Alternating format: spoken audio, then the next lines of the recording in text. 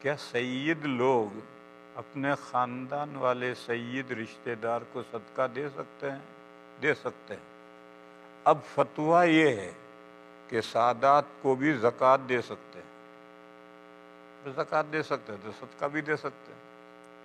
پہلے جب اسلامی حکومت تھی تو اسلامی حکومت کے پاس مال غنیمت ہوتا تھا، اور مال غنیمت کا 5واں حصہ الگ ہوتا تھا، اس کا 5واں حصہ سادات کے لیے تھا۔